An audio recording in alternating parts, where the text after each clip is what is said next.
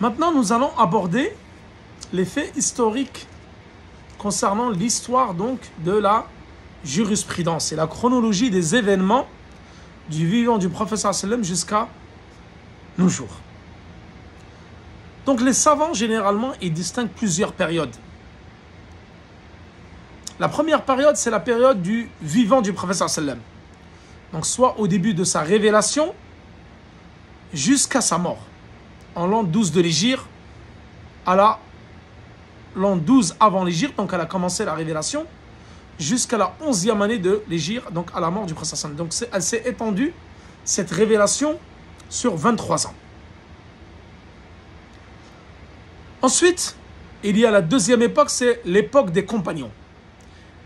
Et l'époque des compagnons, elle commence 11e année de l'Hégire, donc après la mort du prophète sallam, et elle dure plusieurs décennies, c'est-à-dire au moins 30 ans, jusqu'à l'année 41 de l'Hégire, c'est-à-dire la période des 4 califes bien guidés. Ensuite, nous avons la période des tabi'in, c'est-à-dire les successeurs des compagnons. Celle-ci, elle va commencer en l'an 41 de l'Hégire, quand Hassan ibn Ali donc, a concédé le califat à Muawiyah ibn Abu Sufyan, jusqu'à la fin de la période des califats Omeyyades, c'est-à-dire en l'an 130 de l'Hégire, ou une période proche, 128 à 130 de l'Hégire, 41 à 130. Cette période-là, c'est la période des successeurs des compagnons. Ensuite vient la quatrième période, que les juristes nomment comme celle la période où fut compilés les avis juridiques des imams. Et c'est là qu'a commencé l'introduction et le développement des 4 écoles. Sachant que la première école, c'était l'école d'Abi Hanifa, donc qui est née en l'an 90 de l'Hégire. Et qu'il y a certains savants qui le considèrent comme un des successeurs, ne faisant partie de la génération des successeurs, et qu'il a rencontré le compagnon Anas ibn Malik, vu que lui, il est né en 90. Et Ibn Malik, il est mort en 120 de l'Hégire. Et le dernier des 4 imams, c'est Ahmed ibn Hanbal. Donc il y a Abu Hanifa, Shafi'i, Malik et Ahmed ibn Hanbal. Donc elle s'étend cette période-là jusqu'en l'année de 130 jusqu'à 350 à 400 de l'Hégire. Donc elle s'étend sur une longue période. C'est pendant cette période-là que se sont développées les écoles, les avis juridiques des imams, les premiers livres qui ont été écrits, les premiers recueils, les avis juridiques, les fatawas, etc. Ensuite, il y a la 5e période, évoquée par les savants, ils l'appellent la période de l'immobilisme, qu'on appelle al-jumud al-fiqhi. L'immobilisme du fiqh, wa taqlid al-a'ma, c'est-à-dire l'imitation aveugle des écoles, wa ta'assub al-madhabi, c'est-à-dire le fanatisme qui en a découlé pendant plusieurs siècles. Ensuite, la 6e et dernière époque que les savants nomment, c'est l'époque contemporaine. C'est-à-dire c'est notre époque, 19e et 20e siècle. On la compte comme une époque contemporaine. Donc la première période, c'est la période du vivant du prophète sallam. Donc du début de la révélation jusqu'à sa mort, 11e année de l'Hégire. Il y avait eu la période mécoise, donc qui est allée sur 13 années, et la période médinoise qui est allée sur 10 années. La période mécoise, vous pouvez remarquer que lorsque vous lisez le Coran, dans les sirat mécoises, souvent elles font référence au tawhid, à l'unicité d'Allah subhanahu wa ta'ala, le fait d'adorer uniquement un seul Seigneur, une seule divinité, et de s'éloigner du polythéisme. Et c'est une période qui parle beaucoup de la foi en Allah subhanahu wa ta'ala, en ses prophètes, au jour du jugement dernier, parle du paradis, de l'enfer, recommander le bien, réprimander le mal, les bonnes vertus, etc. Ça parle beaucoup de cela dans le Coran pendant la période mécoise.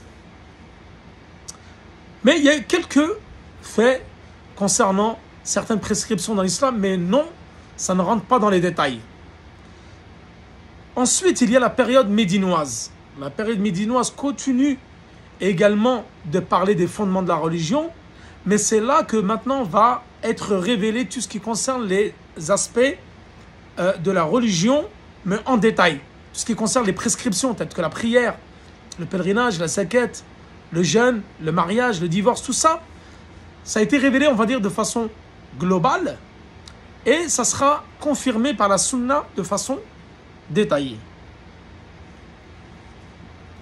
Et souvent dans le Coran, pendant la période médinoise, soit Allah subhanahu wa ta'ala révèle directement des prescriptions, soit les gens vont venir questionner le prophète sallam, les compagnons ou autres, et la révélation va descendre. À titre d'exemple, Allah subhanahu wa ta'ala dit dans Surat al-Baqarah, verset 222, et il t'interroge sur les monstrues des femmes.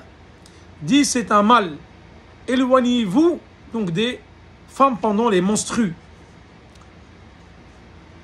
Un autre exemple, et il t'interroge sur le vin et les jeux de hasard. Dit, dans les deux cas, il y a un grand péché et quelques avantages pour les gens. Mais dans les deux, le péché est plus grand que l'utilité. Al-Baqarah, verset 22. Également dans Surat An-Nisa, verset 43. Ô les croyants, n'approchez pas de la prière alors que vous êtes ivres, jusqu'à ce que vous compreniez ce que vous dites. D'ailleurs, dans d'autres versets, il dit, ô les croyants, le vin, le jeu de hasard, les pierres dressées, les flèches de divination ne sont qu'une abomination, œuvre du diable. Écartez-vous-en afin que vous réussissiez. Donc voilà la première période, pendant la période prophétique du vivant du prophète sallallahu alayhi wa sallam. Ensuite, deuxième période que je vous avais dit, c'est la période des compagnons. Donc de la 11e année jusqu'à l'année 41. Donc durant le règne des 4 califes bien guidés. Et les compagnons, lorsqu'ils avaient une mas'ala telle qu'Abu Bakr ou Omar, qu'est-ce qu'ils faisaient? Ils retournaient au Coran et la Sunna. Ils ne trouvaient pas, ils réunissaient les grands compagnons, les grands savants de la Ummah, et leur demandaient leur avis pour discuter de cette question-là. Abu Bakr faisait ça, radiyallahu anhu. Omar ibn Khattab, radiyallahu anhu, faisait ça également, ainsi que les autres califes. Et lorsque même dans la 3e période, c'est-à-dire la période des prédécesseurs, ils faisaient également la même chose. Ils revenaient au Coran, les pieux successeurs. Ensuite, ils revenaient à la Sunna. S'ils ne trouvaient pas ni dans le Coran ni dans la Sunna, ils revenaient à la parole des compagnons. Wa fatawa sahaba. Ensuite, s'ils ne trouvaient pas, ils faisaient un effort d'interprétation.